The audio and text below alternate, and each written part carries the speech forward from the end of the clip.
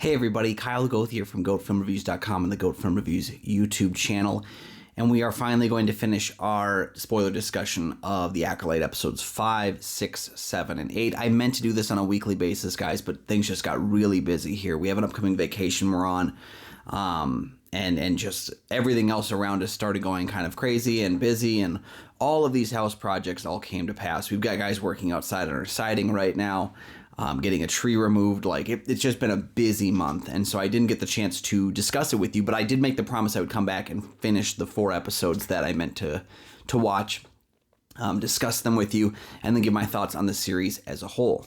So we're going to go through this episode by episode so that if you haven't seen some of the other ones, you can actually pause along with this, and I'm not going to get into episode 8 while we're talking about episode 5. We're going to go through it as we discuss it here. So join us for that. We're going to start with episode number 5, which was called Night. And I should mention the first couple episodes when I got them, they were just called episode 1, 2, 3, 4. They were given titles later on. So I'm kind of going along with the title that I have here. I've got notes about the episode up on my back computer here, so I'll be referencing that while we're discussing. So Night, episode 5. We left off last time on a cliffhanger where we were discussing we have the master has shown up, essentially, and I was assuming that was why they cut off the episodes that they sent to me in advance, was because they didn't want me to know the identity of the master, so we're probably going to get it in episode 5, and that was correct. So as we see, the master comes in very strong, using dark force powers, is able to basically kill every single Jedi outside of Jecki, Yord, and Saul. So basically all the characters we just didn't know very well. So in some ways, it's a shocking thing that happens, because we haven't had a ton of Jedi-related battles happening prior to this episode of the series. So having that take place was really solid, really good action. One thing about this episode that is so well done is I think that the action in this episode is great. We've been waiting a little bit for it.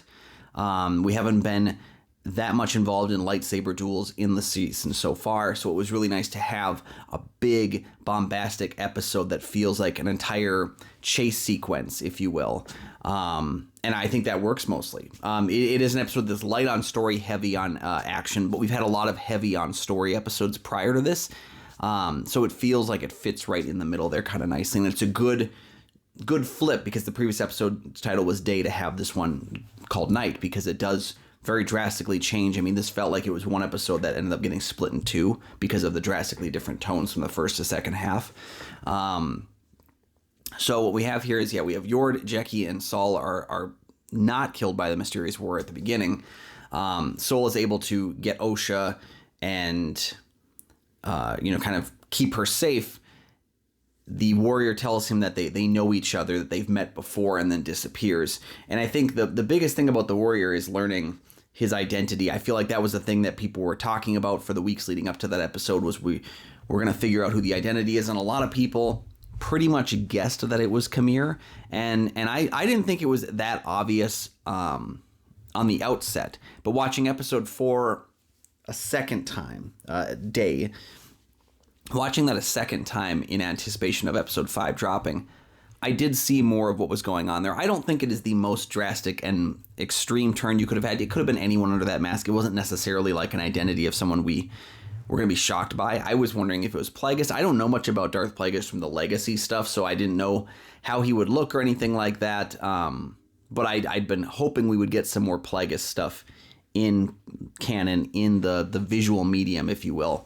And so I kept thinking maybe the master is that character. I didn't know much about the timelines and that kind of stuff. My knowledge outside of the films and shows is pretty limited. I'm a fan, but there's not enough time to catch up on all that kind of stuff. So finding him out to be Khmer, Jecki's able to kind of damage his mask, and then she gets taken out as well. And I feel like Jecki was the one that I felt. I feel like that was a case where, like, when we, later on in the episode when Yord ambushes Khmer and gets taken out, like, I expected that one. But I think Jecki was one of the ones that hurt the most, because she is a younger Padawan. She is a good soul, and I think she had a good friendship with Osha. And so it was particularly difficult to have losing her in the episode. And I really do like Daphne Keane, so more of her would have been fun in the role, but unfortunately that's just the way the story plays out. So she gets taken out, and the conversation that Khmer and Saul have I keep calling him a Saul. I think it's Soul. Kamir and Soul have this conversation about, who is Kamir? And he says, I don't really have a name, but you could call me Sith. I feel like there should have been, I feel like he knows what he's doing, but he kind of pretends like he's not really discussing himself, like in terms of, I feel like he would know if he's Sith. I feel like maybe if you're Sith, you have some sort of knowledge of where your training is. I feel like the master has his own master. The rule of two seems a little flexible here. As it always seems to have been. But, they have that conversation. Soul is able to fight and, overcome Kamir, who kind of flees into the night. And there's this other portion here where they kind of defeat Kamir by sending these, like, bugs after him. And he's able to kind of be taken away. Then there's a sequence near the end of the episode, like really the big thing that you kind of always know is going to happen in a show that has twins. It's always going to happen at some point, is that one of the twins knocks the other one out and they trade clothing and they do the flip. And it's like, yeah, we expected that. We knew that was coming. So to have that happen where Soul takes who he thinks is Osha, but it's actually May back to his ship. There was questions that came up about wouldn't he know the difference between the two characters. In a lot of ways, you can feel someone through the Force. Wouldn't he be able to feel that shift in the Force? And I wonder about that. I did. I was very curious into how they would play that out because it felt like that's some information that he should have been able to figure out. Just because she looks like the other character doesn't mean that she is. And then what confused me the most was actually having Osha being found by Kamir and being taken by Kamir. That was surprising to me because, again, like it's not like they switched clothes and she looked like May. She still looked like Osha. She hadn't like gotten new clothes put on her. She just kind of looked like she had her clothes stolen. So I feel like Kamir knew who it was. Maybe Soul did not, which leads us to some questions there. But overall, episode 5, it's a good action episode. It's light on story. But I feel like it's kind of giving us that big mid-season kind of battle sequence that I had a lot of fun with. I thought episode 5 was one of the best action set pieces. I think the action on the Acolyte has been really great so far, what little we've had of it. So to have an episode that's kind of devoted to that, it's got a very kind of horror-ish tone to it. I dug the action in the Acolyte, episode 5, called Night. So that is my thoughts on it. Again, you can leave me your comments below on individual episodes and kind of have the conversation with me there. But those are my thoughts on Night. Pretty simplistic stuff, but again, I felt like I was a little disappointed in learning the identity of the Master just because I felt like I feel like if the collective internet is able to figure out, even if I wasn't, it does feel like, I don't know, that there wasn't enough misdirection given to that character. And I also feel like Kamir, seeing where he was in the first half of the season, is confusing to where he ends up at the end. I know that we've had that before with Palpatine posing as like the senator and then, being Palpatine underneath being Darth Sidious. That's fine, but I just don't know that I buy Kamir. And I like the actor who's playing him. They didn't give him anything really interesting to do in those first couple episodes. And so having him kind of traipsing along, especially in the last episode with May as she's making her decision. I also still don't really understand what the Master's role is in you have to kill a Jedi without using a weapon. I don't know what they're specifically calling out to. It's just, we're about halfway through, we're over halfway through the season right now, and I wonder, like, some of these things, are they going to come together a little bit more? Because there's a lot of questions that we have about the early episode 3 that we had that was set 16 years ago and all that kind of stuff. So I had some issues with the questions that were being posed and how we weren't really tying them up yet. And the answers that we were getting didn't feel like extremely exciting or really interesting. But overall, I still like the show. I liked this episode. I just want us, I hope this thing comes in a comfortable way, and we'll discuss whether or not it does right now. So that was my thoughts on episode 5. We're going to jump into episode 6, Teach and Corrupt.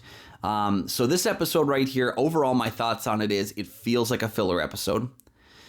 Basically what you have is you have two separate storylines going on here. You have Kamir, who has taken Osha to this unknown planet and is basically trying to corrupt her across the episode. He's trying to, he was a former Jedi, betrayed by his master, which, really kind of puts those two in the same kind of position. But she tries on like his lightsaber, metal helmet. This was the first episode the first time I've ever seen cortosis mentioned in a canon, in this new canon, basically. I'm not aware of it ever being in there before. I didn't really know much about it beforehand, too, so I did some looking up when they were talking about the cortosis helmet.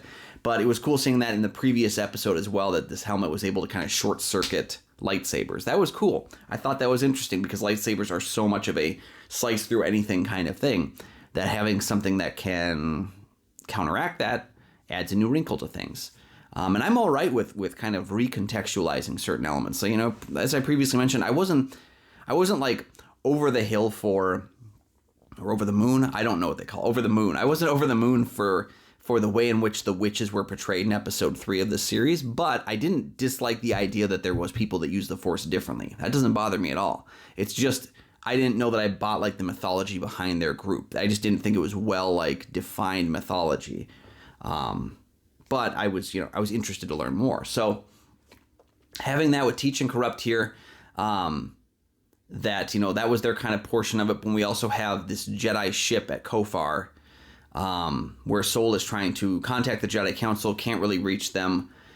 He does kind of get through information about how his team was taken out, and gets May, who he thinks is Osha, to help with the ship's power because that's something that Osha would be able to do. She gets found out by Basil. And again, like if this creature that's able to smell is able to smell the difference between these two sisters, I feel like Sol, who is Force sensitive, should be able to know the difference. I don't know all the details, but I feel like one shouldn't exclude the other, but they also feel like they should be more similarly linked. A character's smell by something with extrasensory smell to a character's like soul to their extrasensory soul, So basically, she tries to get Sol to kind of like give the information about what actually happened in her past. And that is where he realizes that this is May, not Osha. And he's basically able to stun her and kind of take control of her, put her on the bed, tie her in place, and tell her that I'm going to tell you the truth about what happened on Brendok all those years ago. So again, kind of a filler episode. I feel like the characters switching places in the previous episode, even though I mentioned it's something that always happens in these kinds of shows with twins, I don't know that much really happened with that. I don't feel like we progressed Osha's story under the guise of May with Khmer. I don't know that it really went anywhere too heavy. They're hinting that she may be flirting with the dark side, sure. But not enough really happens with that. And as far as the May dressed as Osha on the ship with Sol, she gets found out so quickly that I just don't think like it almost felt like it was a means to an end to get Sol and May together in a room so that they could talk and he could reveal what happened. But it felt like kind of a filler episode a little bit, which is unfortunate because, again, I feel like where they're heading, what they're trying to do with it, it just feels like a little bit mechanical. We're like, we have to get these characters to do this thing so that we can do this. The plot is kind of not conveniencing itself, but it's very forcibly trying to maneuver chess pieces around. And I think these decisions don't feel as earned as they did. So I understand that. Like, not a terrible episode, but probably the weakest one for me personally so far. It just, it is what it is. But those are my thoughts on Teach and Corrupt. Let me know if you thought differently about it down in the comment section below. I mean, I want this to be that great Star Wars stuff, but especially I can tell as episodes 4, some of parts of 5 and 6 have moved on, as it doesn't feel like we're tying things up in an appropriate way. I'm not sure if this is supposed to be a multi-season show or a mini-series. I would always hope for a mini-series. I find that, or at least have an ending to the season so that if there wasn't a season 2 that things tie up. But when you get down to it, that's kind of an initial problem that shows tend to have. And I don't like things like the ending of Solo being kind of left open, where we have some syndicate things that are happening and they never really are going to get played out too much because it wasn't successful. I don't want that for this because I don't think this has been an inherently successful show. Looking at the ratings, the last half of the season does start to disappear from those top rating scales, so it's a little harder to tell how many people are actually watching The Acolyte. Okay, so then we move on to Okay. To episode 7, Choice, which is a flip side of episode 3, Destiny. So the difference between Destiny and Choice. A lot of the titles here on the show, I'll even go back through the first couple: Lost and Found, Revenge and Justice. Episodes 4 and 5 are linked day and night. And so having episodes 3 and episode 7, Destiny and Choice. When you have episode 6, it was Teach and Corrupt. So there's these opposite thoughts between the Jedi and the Sith, between schools of thought in a lot of ways. So we have a flip side here. This one's directed by Kogonada, who did that 3rd episode. So I'm sure they just shot both kind of at the same time from different perspectives. But essentially what we have is we go back in time 16 years. The 4 Jedi were going with them as they discover the Coven, looking for a Vergence in the Force. And this is an interesting thing because the Vergence in the Force discussion in Phantom Menace always seemed to be linked about a person who is a Vergence in the Force. And this seems like they're discussing it as though it's a location. So maybe it's that the Vergence itself is less tied to one thing and more tied to a location or person or place in like however it appears. I don't know if it's a linear kind of Vergence, but it was nice to hear them discussing it in that way. It feels like we're kind of connecting ourselves to that Phantom Menace early time. The Vergence in the Force, which could create life. So maybe the Vergence also has to do with the location that Anakin was in, because he was created in a lot of ways. So the Jedi Council decides that the twins cannot be taught. They're too old. They should be left alone. But Osha does have a wish to become a Jedi, so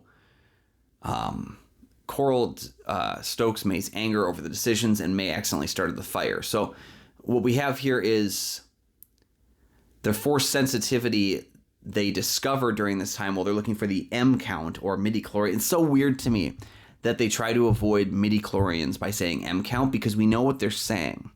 And if you're going to be looking at that, I would just call it midi-chlorians and let the people be upset if they don't want to hear about it. Because, like, honestly, this is a prequel time period. We talk about midi-chlorians. It's a thing that happens. So I think it's a little weird to do the M count thing, but whatever. It's fine. And they learned during this that they were artificially created as a single consciousness split into 2 separate bodies, which this is huge. And this goes back even to what I mentioned in episode 5 about Soul maybe not being able to tell the difference, is that essentially these 2 people are the same person. That's why they are twins, is that they have been separated, forcibly separated into 2 separate beings, but that they probably have that like same signature to their soul, if you will.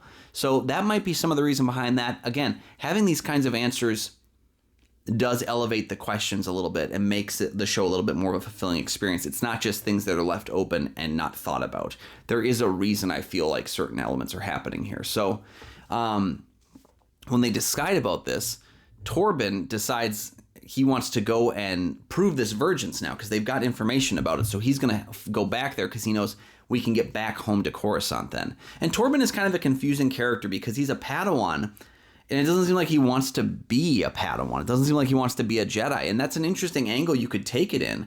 But I'm a little confused about him because he's so easily manipulated as wanting to go home, to be home, to not be doing this anymore. He's homesick. Which is a good question to have for a character like Torben. But when I go back to him, I think, he's also the kind of character that does a 10-year vow of silence. So I want to know what changed for Torben. Because I feel like this is something he would walk away from. That he would walk away from the Jedi Order because he just doesn't, like, because of what they do in this episode. It seems to me like I'm a bit confused about the missing pieces in his character. I don't think Dean Charles Chapman is badly cast in the role. I just don't really know that the character's written in an interesting way. So then we have Sol, who follows along back to like the Brendok Castle area, and he's followed by Kilnaka and Andara. Sol gets confused because Anastasia does this weird thing where she kind of turns into mist. And we don't, again, I don't think this is something that's inherently a bad use of the Force, but I don't understand it. You're not giving me enough to go on that and I think that's the point, is that Sol is confused by it. So anyway, so as we have it here, Sol kills Anastasia, and because of his confusion over this power, which I still think is something that should be explained more, but in his fear and misunderstanding of it, he kills her. And I think that's a strong idea. I don't think it's executed that well. And she does the whole, like, I was going to let her go with you. This all could have been covered in a conversation. And I know that the point of it is that people don't have conversations. They resort to their violence first. But again, execution on this, I just don't think the writing is there for it. And there's 3 writers in this episode, and I think we missed what we could have hit with that one. It says that the witches then like possess Kelnaka, and there's this cool battle between Torben and Sol and Kelnaka, which is great because I felt like Kelnaka in episode 4 was incredibly underused. We were given the hint that we were going to see him doing something cool. We were going to see our Wookiee Jedi, and we did finally get that. So that was nice to see there. Although, again, it's hard that most of these people get their like biggest moments after their character is dead. And so you don't really feel the excitement about that battle because we already know what happens to the people. We kind of have already seen the ending of that battle. So the stakes are kind of low there. Interesting look, nicely well done executed battle. But again, the fight between them just doesn't feel like it has that impact because we know how everything plays out already. So Sol is unable to save both May and Osha and has to choose. He's like given this opportunity to pick one of them, and he picks Osha. And again, I kind of wonder about that because he does seem like he's a Jedi. So would he be able to use his Force powers to pick one of them? I don't know. But I don't think that part is the confusing part for me. Basically, they get back and they return to Coruscant, and while they're doing it, Indara is the one who kind of makes this decision that we're going to blame the fire on May so that we don't get in trouble, basically. And I don't inherently dislike that because I do think the big theme of those early Star Wars films is that the Jedi were hubris-filled, that they were going to be the people that would make these things to kind of avoid being held accountable. They did think that their pride, that because of their power, that they could protect people. And I think it's interesting to see a case where these ones made some significant problems and should have been held accountable. But they were the answer. They were the people that were able to make the story because they were the victors. So I find that interesting. Again, the problem I have with this episode is I think the writing kind of betrays what's being done on the screen. I think Kogonada does a pretty good job of relating all of these backwards, or back in time stories and kind of giving us this truly interesting tale of tragedy for these two sisters here between episodes 3 and 7. I don't think the writing is strong enough to really give us enough to go on. My number 2 issue here is I feel like Choice paired with Destiny, I don't think this does enough to make its replaying of events worthwhile. Like, we see things from the Jedi's point of view in this episode, which is interesting. But I think spending an entire episode on that, I found that we didn't learn enough and it felt like retreading waters. I think you could have actually taken some of the stuff that was happening in the previous episode and trimmed that out a little bit, made that a framing device in which you were going to revisit the important moments from this episode. Trim out some of the replayed scenes that we don't need to see and just show us what matters between those 2 episodes. Because I think there's a lot of extra fluff there that doesn't feel as interesting as it should, if that makes sense. So those are my thoughts on episode 7 of the show. Again, I love learning more about the Force, like diving into these questions about things. So I really like the witches and what we've done with them. I wish we had more diving into the logistics of their Force powers, if you will, the threads that they carry. So those are my thoughts on episode 7, Choice. Let's get into episode 8, the finale of the season, titled The Acolyte. So this is the given the title of the show, so we know that we're like in the big moment here of the season. So Sol, who now knows that he has May and has basically told her what's happened, it sounds like, takes her to Brendok and sends a location out to the other Jedi to let him know that they're there. While that's going on, we switch over to Osha, who's having visions of May, and leads Kamir to her. Basically, everybody's heading to Brendok at the same time. As they leave, we see a mysterious figure watching them go.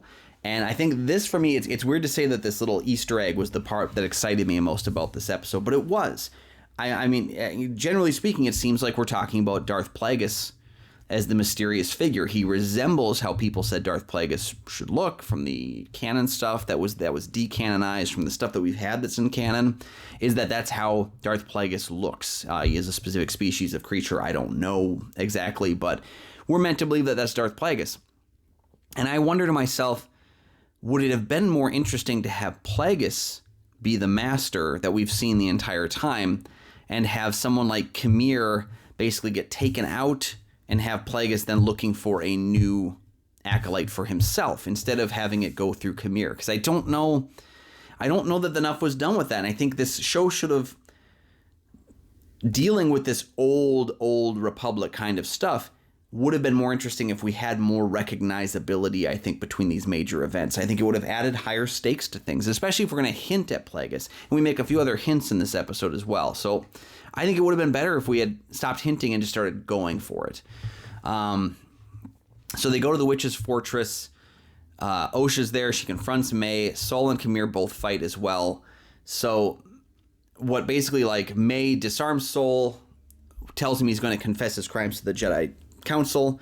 Sol tells them both that they're the same person, created through the Virgins on Brendok, and admits to killing their mother. So Sol does a lot of information right there, and let's go through that piece by piece. He tells them that they're the same person, which is information they need to have. But the way the episode treats it kind of makes it feel like we're supposed to be surprised by that, but we've already covered it in the previous episode. So I'm a little confused about, I guess, how the episode focuses on that information instead of focusing on their reaction to that information. It more focuses on Sol giving that information. And admitting to kill the mother, like, that would upset me as a child, especially as Osha. She angrily kills Sol using the Force. And a couple things happen here. So I think what we're meant to see here is that she's using Force choking, which is more of a Sith power than a Jedi. The Sith use it more. I'm not even sure if the Jedi have ever used it in any form before, like, until they're corrupted. So it's a Sith power in a lot of ways, and it is tied to killing someone without a weapon. And I wonder if that's what Khmer was hinting at when he said you have to kill someone without a weapon, is you have to use your anger enough that you can trigger these extra powers from the Force. Maybe that was it. If so, again, interesting idea, problematic execution, difficult execution on that. There's a lot of things that just, I don't know if they're well executed on, especially in the latter half of the season. And so then we have that, Sol is dead, which I think is super upsetting because, again, like, there's things in there that Sol as a character, I think he's the most interesting character on the show. And so losing him does frustrate me a little bit because I wonder you have to really uplift the other people around him. And I'm wondering if that could be done for a season 2, if we ever get one. But we also have the Kyber crystal, which gets corrupted. I think they call it bleeding the Kyber crystal. And so then Osha's lightsaber turns from blue to red, which is interesting because we don't actually see Anakin do that in Revenge of the Sith, but it is something that apparently is covered in some form or place. So we have the lightsaber turning from blue to red. That's a big moment. That's an exciting moment. It's a cool extra piece of mythology that we're getting. I don't know how it really plays into what we've seen before and kind of elaborates on that. But maybe there's some differences in how anger is used.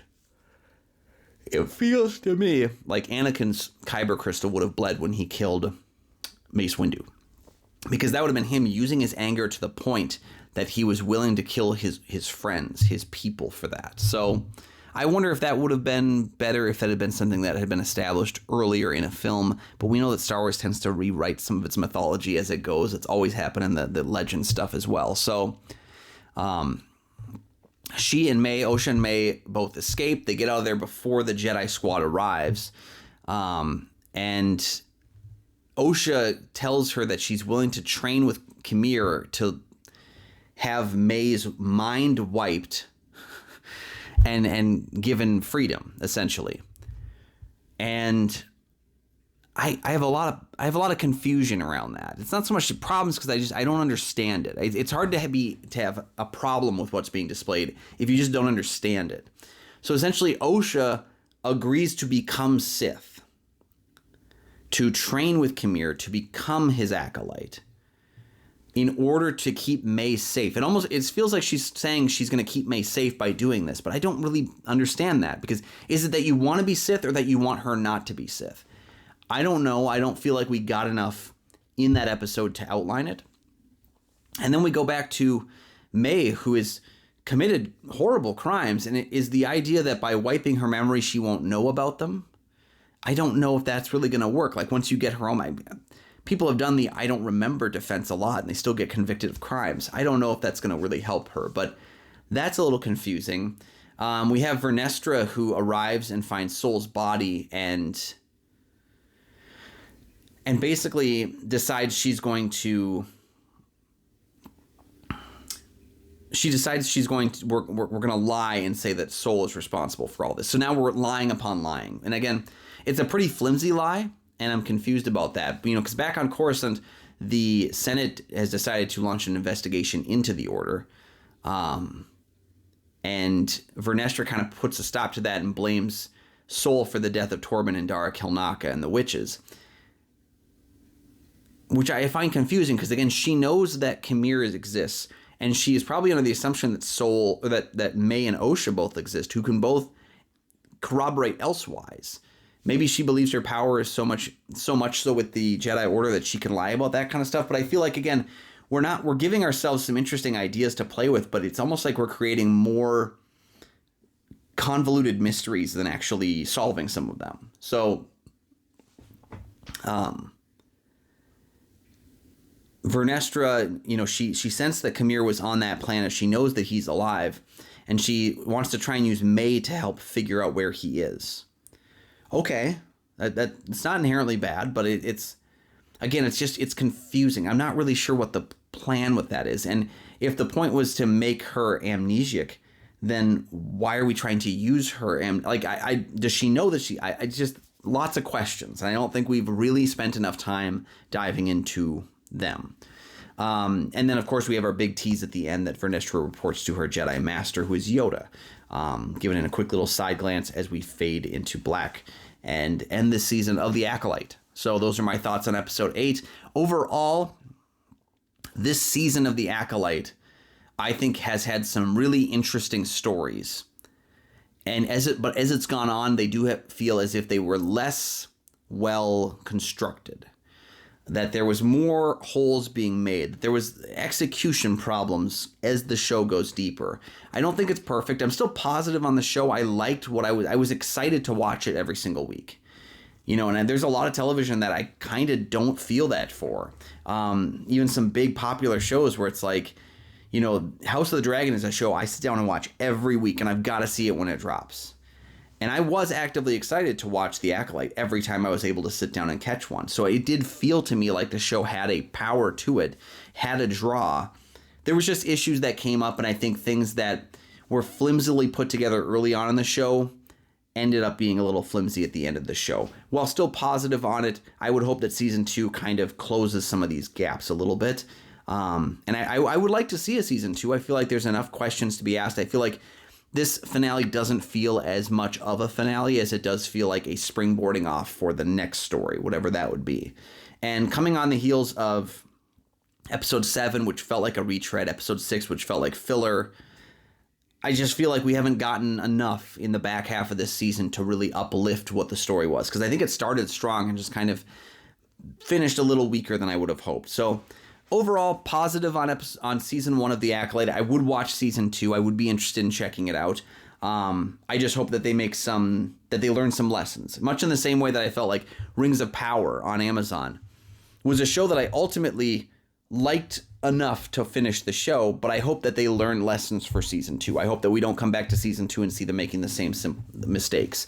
The Acolyte and Rings of Power both feel very similar in that way, where I like a lot of what they're doing. I just think that there's execution problems throughout, and that's kind of the case here as well. So that's my thoughts on The Acolyte season 1. I do hope we get a season 2. I would like to see where Star Wars is going next. And I like that we are spending time in all the different arenas of Star Wars, I've been recently catching up. I had not seen The Mandalorian Season 3 with my wife yet, but now that we finished The Acolyte, we're going into Season 3 of Mandalorian. It's nice to see some time spent post-original trilogy.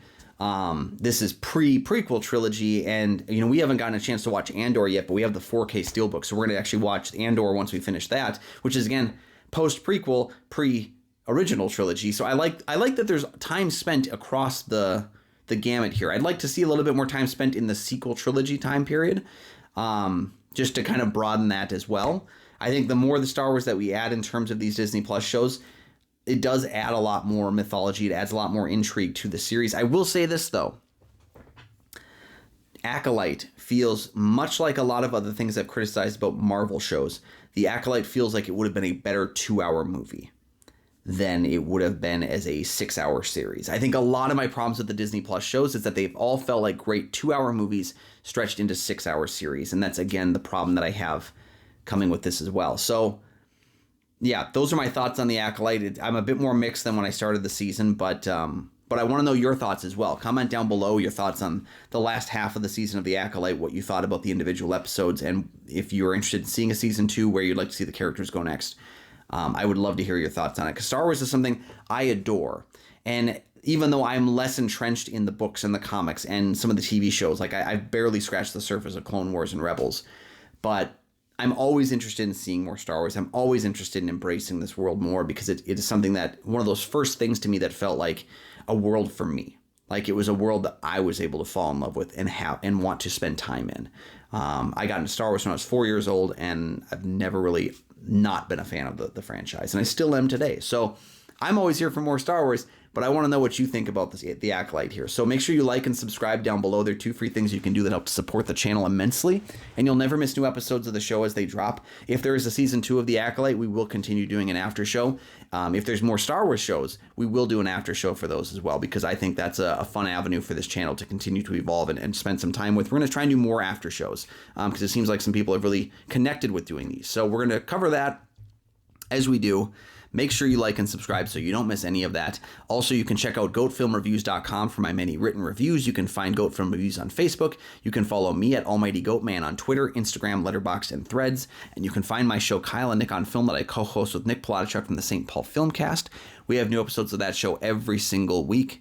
You can also find a link to this to the Minnesota Film Critics Alliance down in the comment section or the description of this video.